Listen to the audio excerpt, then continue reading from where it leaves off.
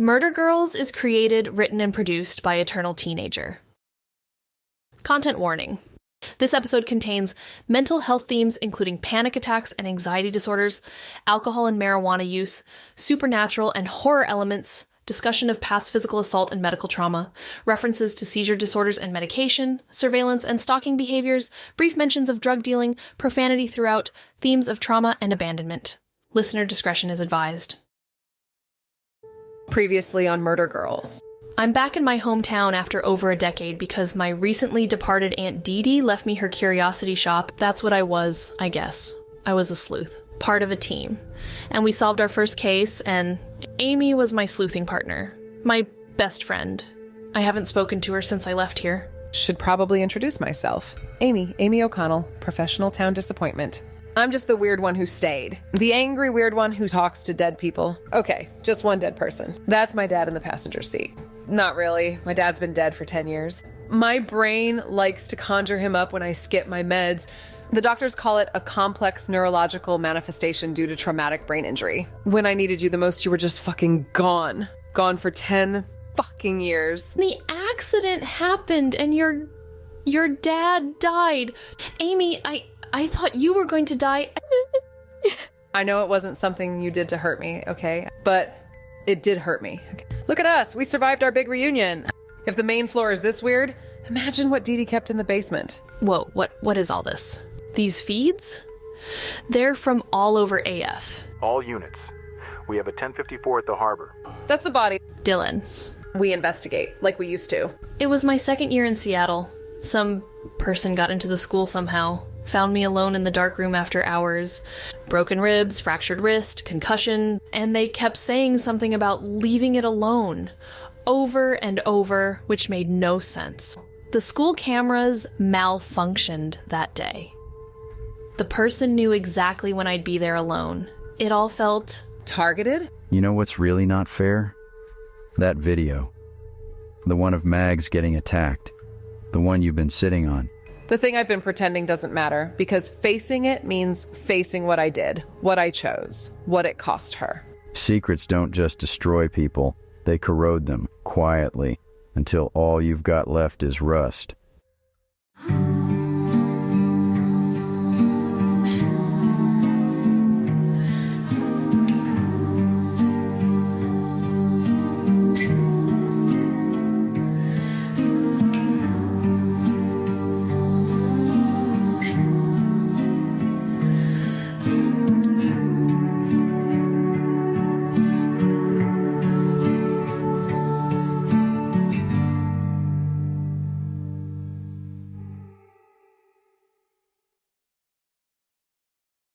Murder Girls. Episode 6. What follows you close? There's something different about Lula's after midnight. The tourists and teenagers clear out, and what's left behind is Avalon Falls with its makeup washed off. Night shift zombies nursing coffee, truckers chasing the next city, insomniacs who've made peace with being awake. The lights are softer, the conversation's quieter. The town exhales and shows you who it really is. Rosa's behind the counter tonight, Lula's cousin. She's got that graveyard shift stare like she's seen it all and wasn't impressed the first time. And Tommy McClintock's in the kitchen. Former biker, definitely did time. Now makes the best hash browns in the county and sponsors Little League. Redemption's weird like that. God, it's like a whole other ecosystem in here. Rosa's solid. Won't listen to a word we say, but she'll make sure nobody else does either. We're running on fumes and diner coffee. 24 hours since Dylan Holt bled out on the docks, and it already feels like we've lived a week. I probably look like I haven't slept in a decade. I mean, that's technically kind of true.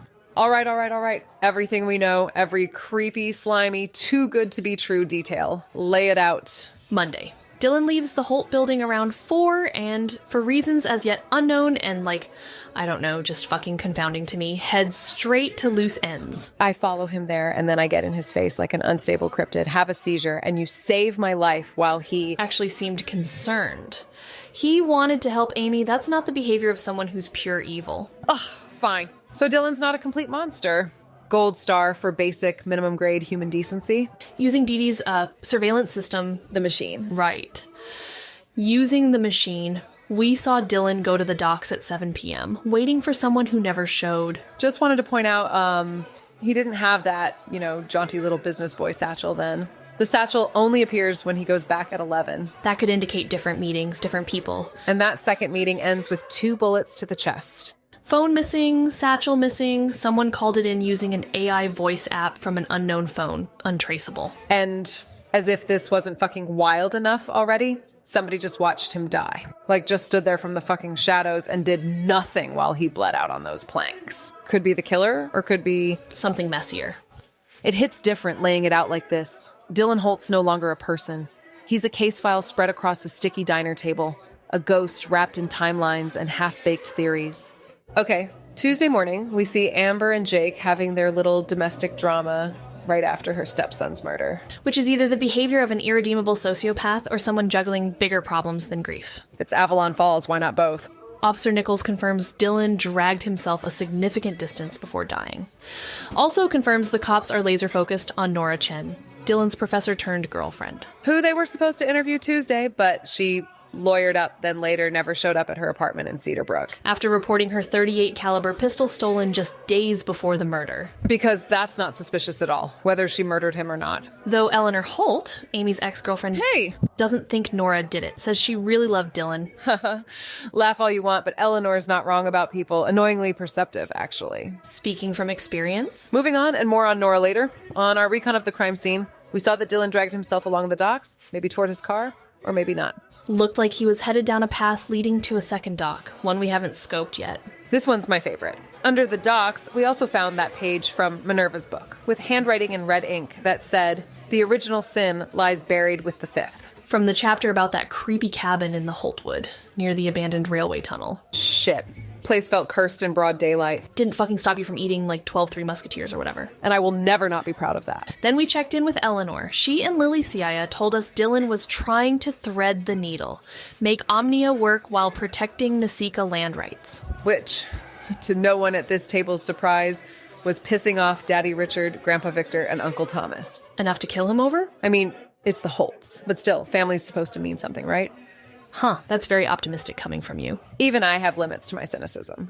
Apparently. Dylan was the legacy of the great Holt family. Legacy definitely means something to the Holts, to all the originals, especially old Victor. True, so keeping things going, we saw Richard's car at the Holt building earlier tonight, less than a day after his son died. And then we saw Nora Chen coming out looking wrecked, or like she made a deal with the devil. Then we followed her to that storage facility. Big duffel bag in, small backpack out. Not a huge leap to assume she grabbed some kind of go bag from storage before disappearing. With one of Dee Dee's cameras watching the whole thing, the machine extends beyond Avalon Falls. My aunt was thorough. Yeah, although this feels like a place beyond just thorough. She archived the town, like a tiny, weird, hot, paranoid librarian. The weirdos found that Dylan requested medical files through the Wellness Initiative. Files that got redirected to the super obvious Wellness Initiative low-key secret office in the business park. We found Amber had totally cleaned out her office, and Thomas Holt was skulking around, punching security guards and talking to someone about searching for something. Mentioning her. Think her is Amber? Maybe. Place was pretty scrubbed. The files weren't, though, which seems weird. Still, only file we got was Danielle Chase. Totally normal. Boring even. Which might be the point. We're missing pattern, context, the rest of the puzzle. Okay. So, theories. Who killed Dylan Holt? Given what we have, Nora's the obvious one. The girlfriend who's vanished reported a matching gun stolen. Classic crime show suspect. Yeah, but Eleanor's read on her feels right. Nora looked scared when we saw her, not guilty. The Nasika? No. Dilly was on their side. Okay, so his family? Richard, Victor, Thomas, I don't know. My head says maybe, but my gut is not sure. I don't know about Richard or Thomas, but I feel like Victor Holt would order a hit on his own mother if it protected the family fortune. I mean, the rumors are there, about his wife, right? Like Grandma Holt. Wasn't there a whole thing about it? Like he kind of maybe could have had her murdered? For real. Dude is a fucking ghoul. Still, there's the legacy thing. I don't know. What about Eleanor? What about her? She's still a Holt, Amy. You said yourself you never fully trusted her when you two were, involved. That's different. That was about family loyalty, not murdering her baby brother. You're suddenly very interested in reorganizing the napkins. Okay, fine. Eleanor could be secretive about family stuff, and I may have followed her a few times. Followed her? It started as intel gathering, but then I got... possessive isn't the right word. Protective? I wanted to know where she was going, who she was talking to.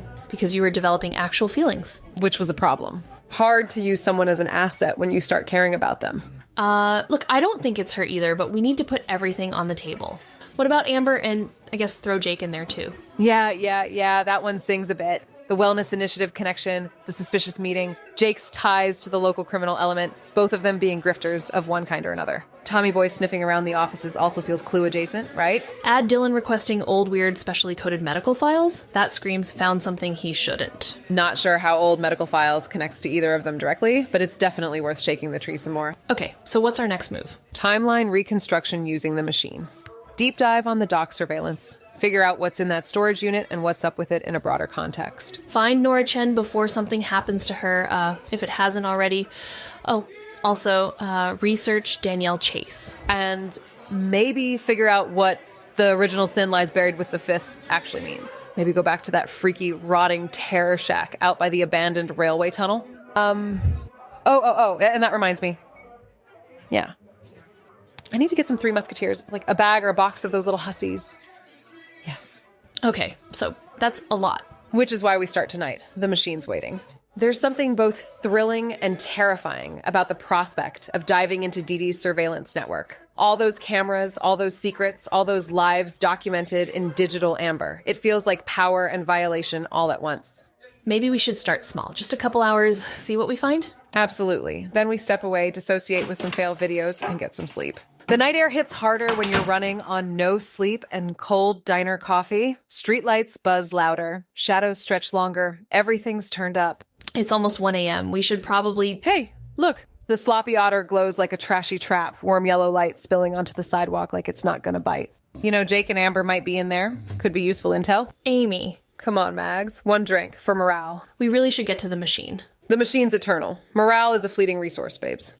One drink. Ugh, fine. 2 if you're charming. Sweet. As we walk toward the sloppy otter, I can't shake the feeling that we're at a turning point. Not just in the investigation, but in whatever this is between us. The machine represents the next level, committing fully to following this wherever it leads. But first, one drink, maybe 2. And then we dive into the digital rabbit hole and see how deep it goes.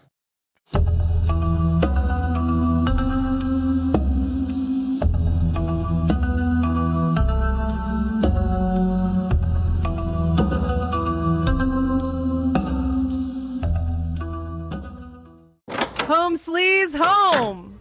The sloppy otter hums like a bad idea wrapped in Christmas lights. The beaded curtain at the entrance rustles arcanely, and the smell hits you right away. Fryer oil, cheap whiskey, and wet wood that somehow clings to your skin. Everything here hides a knife. Fairy lights strung above angry misogynistic graffiti. Clean pint glasses set next to cracked mirrors streaked with something unnameable. You don't walk into the otter. You descend, like stepping down into a lair, the den of something older and hungrier than you could ever imagine. You don't notice right away because the beer's cold and the music's loud and there's laughter, but it's there, watching, waiting for you to let your guard down just enough. It's built from the bones of the town's original diner, the Pine View, that went out of business in the late 80s. Various shady owners have taken it over since then, running it into the ground in spectacular and often cataclysmic fashion. But the otter itself remains, like a parasite that outlives its hosts. I hover in the doorway. This is my first time here. Mom and Dad used to talk about this place like it was a disease. Dee Dee, of course, was different. Every town needs somewhere for people to be terrible out loud, she'd say. Better to know where it is. You good, Park? You figure out where all the exits are yet? I'm just adjusting to the atmosphere. Atmosphere is half the fun. Come on, city girl. Let's corrupt you proper. The bartender tonight is striking. A tiny elfin woman with a country western vibe, maybe early 30s. Her presence big enough to fill the room twice over. 1 second bubbly, next second looking through you like she's reading the fine print of your soul. Well. Amy O'Connell. And hey now, here's a pretty face I don't know. What are y'all having? Hey, Kenzie. Whiskey ginger. Double. Don't judge. You got it, sugar. And you. I solved it, honey. You must be Dee Dee's niece. The one who came crawling home. Drink? Yes, yeah. The same. Thank you. Atta girl. Come on, let's grab that booth by the jukebox. Best seat in the apocalypse. The jukebox sounds off.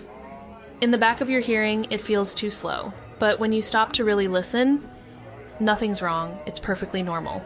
Does it sound like wrong to you? Like too slow? That's how you know it's working, man. Okay, there. Sit down, sit down. Raise a glass, please. Ooh, so fancy. Conbay! Wait, Dee Dee taught you that? Yeah, she said if you're gonna drink somewhere sketchy, you might as well sound elegant doing it. We used to come here sometimes. I don't want to know. Yeah, I want to unknow. Relax, nothing scandalous. Mostly nachos and conspiracy theories. Ah, yes, the Dee Dee Park signature combo. To Dee Dee. To Dee Dee. The whiskey hits, Amy's grin gets looser. The jukebox keeps playing a little too slow, like the air here is thicker somehow. With regret and ghosts. You know what? I'm just gonna say it. This feels good.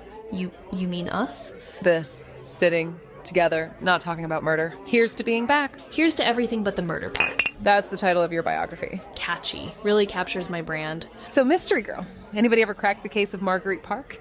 Or is your heart still sitting unsolved in the cold case files? Cringe. Like crimes against metaphor level cringe. Yes, yeah. Oh, come on. Okay, fine. Solved and closed. My great love was a med school cubicle and a TA named Greg, whom I ended things with after 3 weeks. Greg? Brutal. Please tell me he was at least in some sad indie band. No, although he did get really into podcasts. Not producing or recording them or anything, just like, listening to a lot of them. There are so many. Fucking Greg.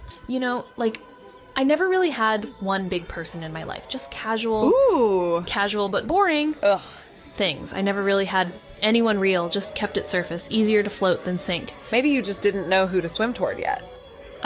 So what about you, O'Connell? Still leaving a trail of broken hearts and regrettable selfies? Ha! Please, the Tinder pool for this region of the country is beyond shallow. Or maybe everyone swiped left on me already. But I mean, look at this face, right? Huh? Come on, who's gonna swipe left on this hottie?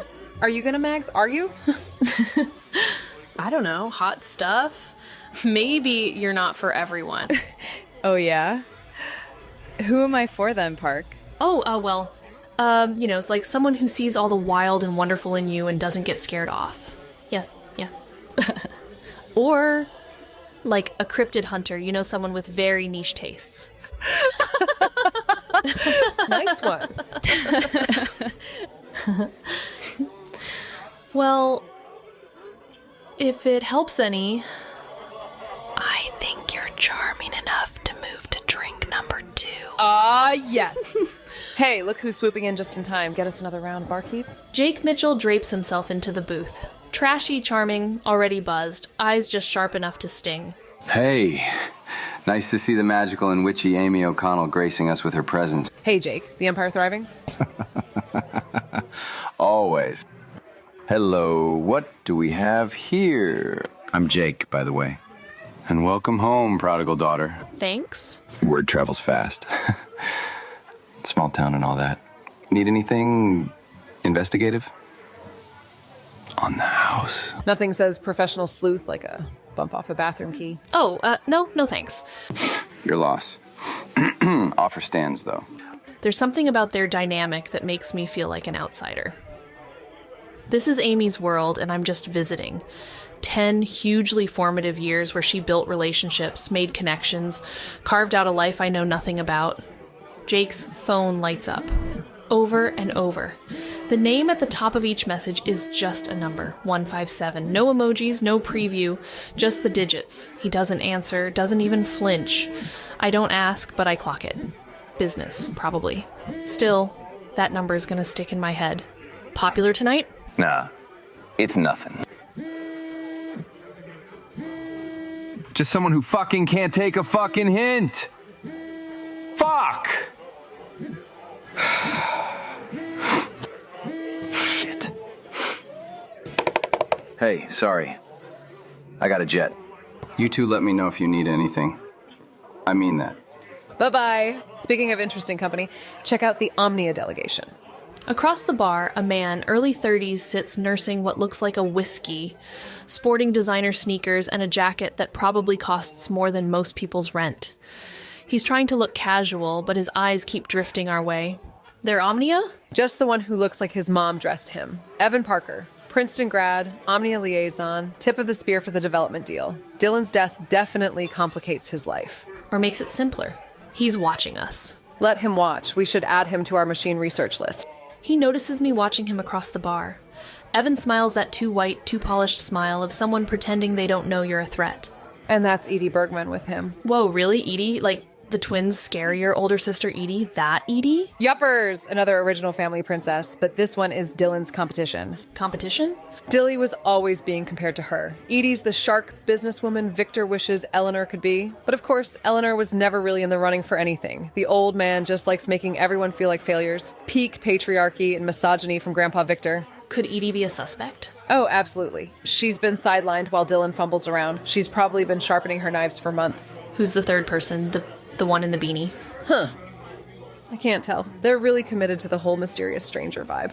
The figure is slouched low, back to us, beanie pulled down, androgynous in a way that feels deliberate, like they're hiding in plain sight. Holy shit, is that like a fucking wig, dude? Wow, maybe? Respect. I'm going to use the restroom, maybe get a better look on the way. Recon mission or bladder emergency? It's Avalon Falls, why not both? That's not how you use that, but I'll allow it. I try to get a better view of the mysterious third person as I pass, but they're positioned perfectly to avoid detection. Welp! I tried. I give up and head down the hallway. The hallway to the restroom is exactly what you'd expect from a dive bar.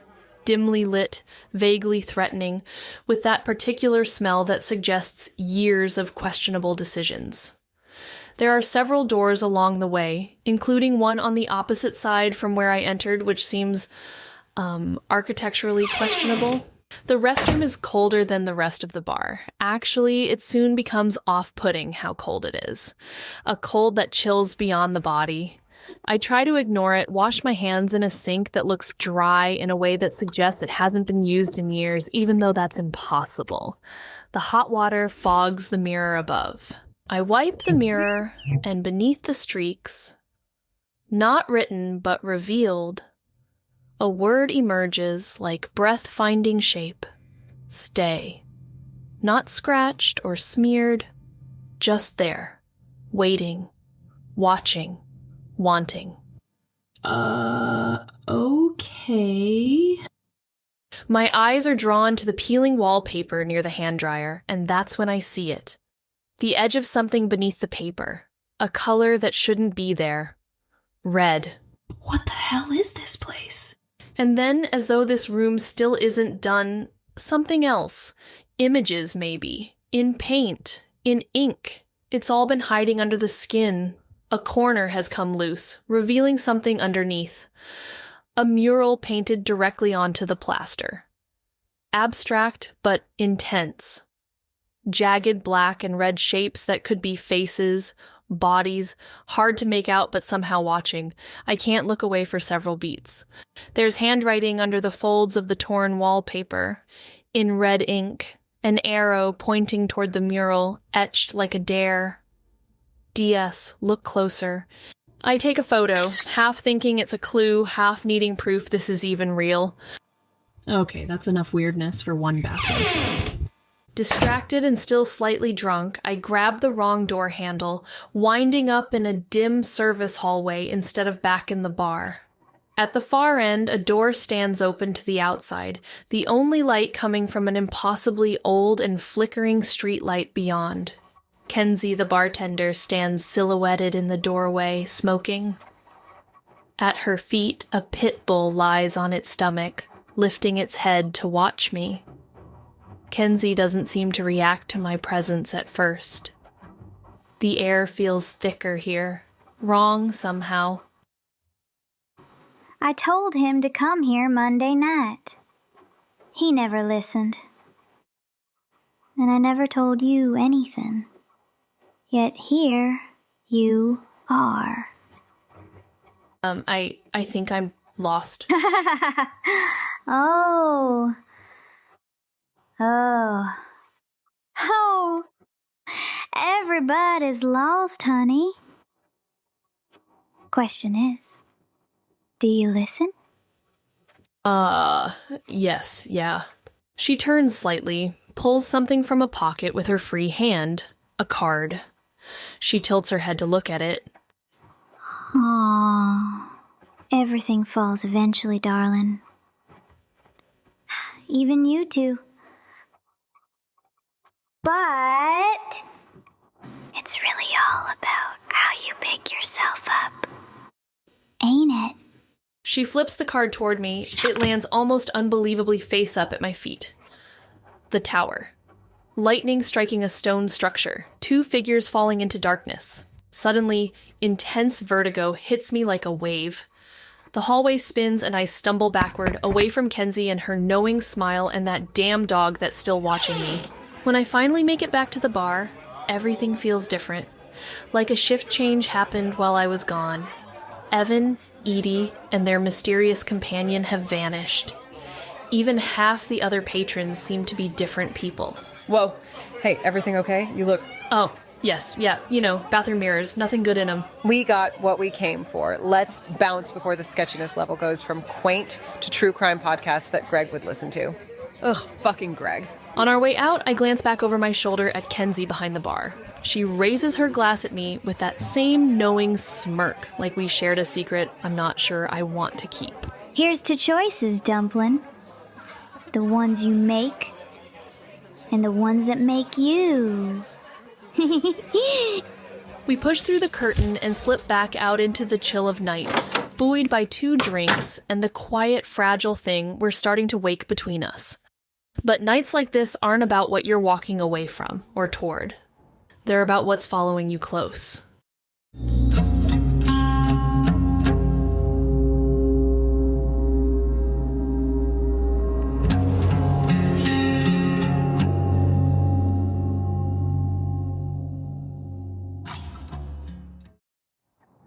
The fog wasn't here when we went into the Otter an hour ago.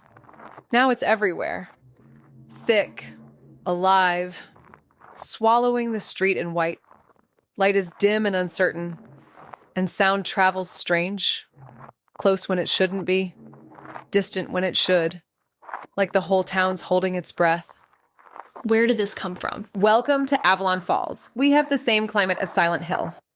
At first, it feels easy, warm with whiskey and mags next to me, like some noir dream we can just wander through. But I can feel her shutting down again, getting quiet, and it scares me, because I know what comes next. We should probably head back. The machine's waiting. Let it wait. It's not going anywhere. Amy, we've got a day's worth of leads. We need to dive in. Or, we could keep wandering through this Stephen King fog until something eats us. I mean, dated reference, but you get my point. I'm serious. Hey, what are you afraid of? It's Pandora's box, Mags. Once we open it, everything comes out. Not just the murder part, everything. Obviously, I want to find out all of that. But at the same time, I don't know. You're scared of what we'll find. Secrets are catastrophic, even at the best of times. Sure, but it's probably best that... Hey, look, the standpipe. The water tower looms out of the mist. Avalon Falls painted in faded letters across its bulk. I used to think standpipe was this regal, honorable thing, like it was named after some British lord. Lord Standpipe of Avalon Falls or whatever. Turns out it's just a fancy way of saying water tower. Fuck a duck, huh? Standpipe. Yes, yeah, very dignified. Remember climbing this during the Osprey Island case, using it as a watchtower? You were convinced you could see all the way to Seattle from up there. I had my first kiss up there. Some rando from Cedar Brook I met at a beach party. Can't even remember their name. Oh, man. Want to climb it now for old time's sake? God, no. I will 100% barf if we climb that endless ladder right now. Isn't that grocery store down that way? Like, where we used to get donuts? Paulson's? Yeah, let's go. As we walk deeper into the mist, the grocery store materializes like something from a survival horror game. Windows boarded up, parking lot cracked and overgrown. It looks abandoned, forgotten, because, well, it is. Oh no, not Paulson's. Surprise? Yeah, Paulson's didn't make it. Warrens ran them out after the fishing industry tanked. Avalon Falls is a one grocery store town, I guess. Another casualty of our sleuthing. What can I say? The originals cast long shadows, babe. The blame settles on both our shoulders, even though we both know it's not fair. We were 12. We exposed criminals, but somehow we're still carrying the weight of what came after. We sit at a weathered post-apocalyptic cafe table outside. Same one we used to plan our big kid detective cases over jelly donuts. Now, just mist and silence. This seems like a wonderful time for some of Seattle's finest. Mind reader.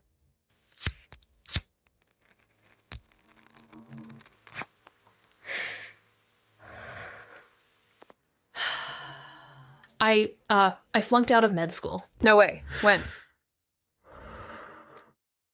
I don't know, like 6 months ago or whatever. You're actually the first to know. Why didn't you say anything? When was I supposed to bring it up? Hey, nice to see you after 10 years. Sorry about your seizure. Wow, my aunt has a surveillance network that rivals the NSA, and we can just watch Dylan Holt get murdered on it. And, oh, by the way, I'm a complete failure. You're not a failure, Mags. Complete or otherwise. I never had the passion for it or the drive. And since the attack, I just feel like a cipher. Like something, I don't know, like something hollowed out. My chest tightens. She's describing exactly what I was afraid of. What I caused. Mags, come on. You're not... You know what? The elementary school's nearby, right? We should visit the storied place where Marguerite met Amethyst. She's deflecting now, but I let her. The moment's too fragile to push. I follow her further into the mists. That is literally the same swing set. God, this place looks haunted. Whew. Fuck. Is it smaller, like weirdly squat now? Maybe it no longer has power over us, so it seems smaller? Remember how we met? Oh my god, you talked so much as a kid. Funny, since you're the reserved one now. Sure. I used to just stare at you in class. You always had the answers. You had that Yu-Gi-Oh shirt. Damn right I did. And you scared off the Bergman twins. Then I made you listen to The Black Parade like 4,000 times in 3 days. We were inseparable after that. Huh. Yeah. Remember when your dad took us to see the Avengers? You were so excited about... Don't. What? Look, it's easy for you to come back here and see memories. But, yeah, all I see are ghosts, Mags. I'm sorry. No, you don't have to apologize for having good memories, okay? No, I abandoned you. You deserved so much better than my silence. Yeah. Silence hurts too. Different kind of hurt, though. Gives you just enough space to blame yourself. She looks at me with those eyes that see too much. And all I want is to tell her everything. Why I let her go. Why I'm still letting her go. I almost tell her. I almost do. Can we go? This fog's, it's getting to me. Yeah, I hear you. We slip back into the mist, half aimless. The fog thicker now, closer. I can't help myself. Never could. Hey, city girl, we're not done yet. You know where we need to go. Where? Founders Point. Gotta look the whole damn town in the face before we burn it down. Supremely bad idea. Bad ideas are our love language. We laugh. Quiet, fragile, but it's enough to keep moving. The fog thickens around us as we cross into the outskirts, heading up to Founders Point. The streets narrow. The night feels heavier, the air colder. Our footsteps echo in eerie rhythm, like the town itself is listening. This fog is getting ridiculous. Just stay close. The trail's right here somewhere. We disappear up into the woods of the incline, into the mists. Behind us, Avalon Falls pulls the deepest hours of night tight around itself. And waits.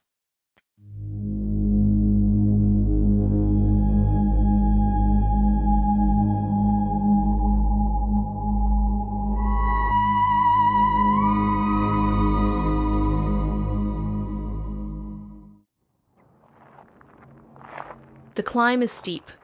All we can hear is gravel crunching under our shoes, our breath ragged in the cold. The fog thickens as we go, curling around our ankles like it doesn't want to let us go. But then we crest the final incline, and Founders Point opens up. And it's breathtaking. From up here, Avalon Falls barely looks real. Just a smear of lights, half drowned in fog, like the whole town is being erased before our eyes. I can still make out the water tower, the coastline, the faint wink of the lighthouse, but the mists swallow whatever they can reach. Up here, we're above it all. The streets, the stories, the ghosts. For a second, it feels like flying. The sky is this deep, bruised midnight blue. The moon is sharp and indifferent, daring you to spill your secrets under its cold, pallid gaze. This is the probably apocryphal place where the founders of Avalon Falls, the original originals, allegedly first gazed upon the land where they would build the town and decided to do it. Very on brand for them. See what you want and fucking take it. God, look at it. Is it sleeping or is it dead? It feels like we're dreaming. Or, if the town is sleeping, like, is it dreaming us? Yes, yeah. We stand side by side, gazing down at the town for a long moment. Amy exhales a slow breath, watching it curl and vanish in the cold air.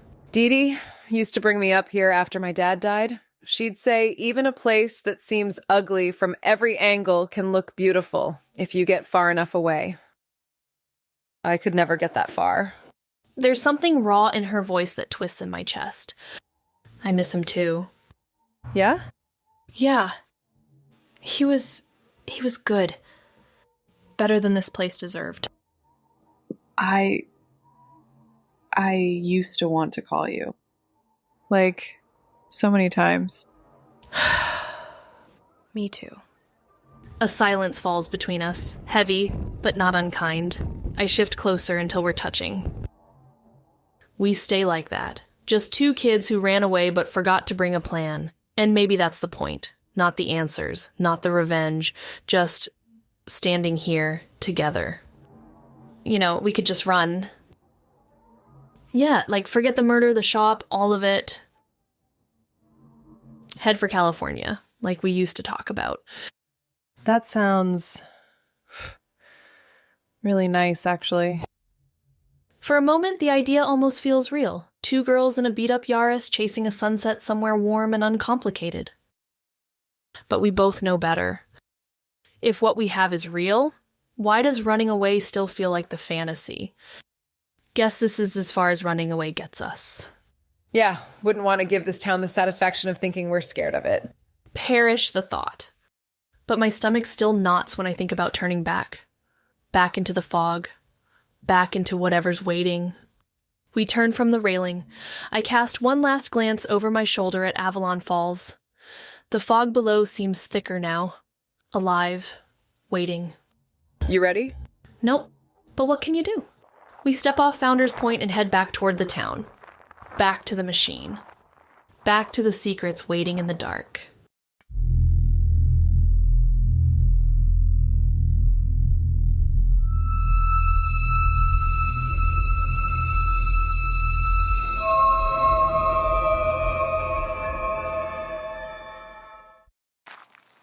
The walk down feels longer than the climb. The fog's worse now. Alive, greedy, warping the streetlights, swallowing the neon. Even the sound of our footsteps feels wrong. Too loud 1 second, too far away the next. We cut through the little park at the base of the hill. I drag my fingers along the cold metal of the playground, then shove my hands into my jacket pockets. We pick up the pace. At first it feels like purpose. Then it feels like dread. We reach the standpipe, looming over us like a monument to everything we're trying not to name. Both our phones buzz at almost the same time, like matching strikes of lightning. I pull mine out. It's Eleanor. Her message stops me cold. They've arrested Lily for Dylan. I turn toward Mags. Mags, look at this. But she's already stopped, a few steps back, staring at her own phone, face lit up, pale and hollow. And she looks like she's been punched in the heart. Not confused, not angry. Worse, betrayed.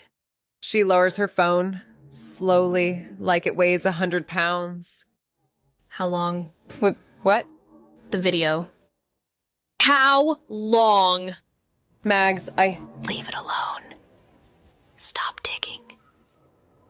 Next time, they finish the job.